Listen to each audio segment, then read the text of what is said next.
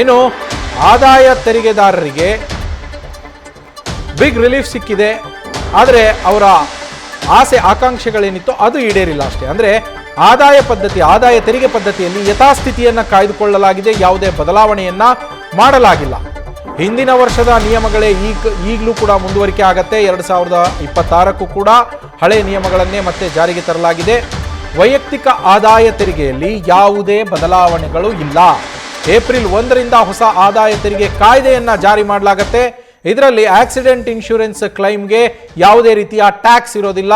ಇದರ ಮೇಲಿನ TDS ಅನ್ನು ಕೂಡ ಕೇಂದ್ರ ಸರ್ಕಾರ ಕಡಿತವನ್ನಗೊಳಿಸಿದೆ. ಈ ಬಾರಿ ಇನ್ಕಮ್ ಟ್ಯಾಕ್ಸ್ ಅಂದರೆ ವೈಯಕ್ತಿಕ ಇನ್ಕಮ್ ಟ್ಯಾಕ್ಸ್ ಏನಿದೆ ಇದರಲ್ಲಿ ಒಂದಷ್ಟು ಬದಲಾವಣೆಗಳಾಗಬಹುದು.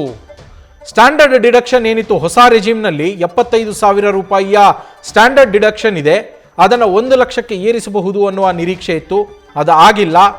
ಅದಲ್ಲದೆ ಇನ್ನಷ್ಟು ನಿರೀಕ್ಷೆಗಳು ಏನಿತ್ತು, ವೈಯಕ್ತಿಕ ಆದಾಯ ತೆರಿಗೆ ಮೇಲೆ ಒಂದಷ್ಟು ನಿರೀಕ್ಷೆಗಳು ಏನಿದ್ವು ಆ ನಿರೀಕ್ಷೆಗಳು ಈಡೇರಲಿಲ್ಲ. ಅದನ್ನು ಹೊರತುಪಡಿಸಿದ್ರೆ ಹೊಸ ಟ್ಯಾಕ್ಸ್ ಕಾಯ್ದೆ ಏನಿದೆ ಅದನ್ನು 2026ರ ಏಪ್ರಿಲ್ 1ರಿಂದ ಜಾರಿಗೆ ತರಲಾಗ್ತಾ ಇದೆ.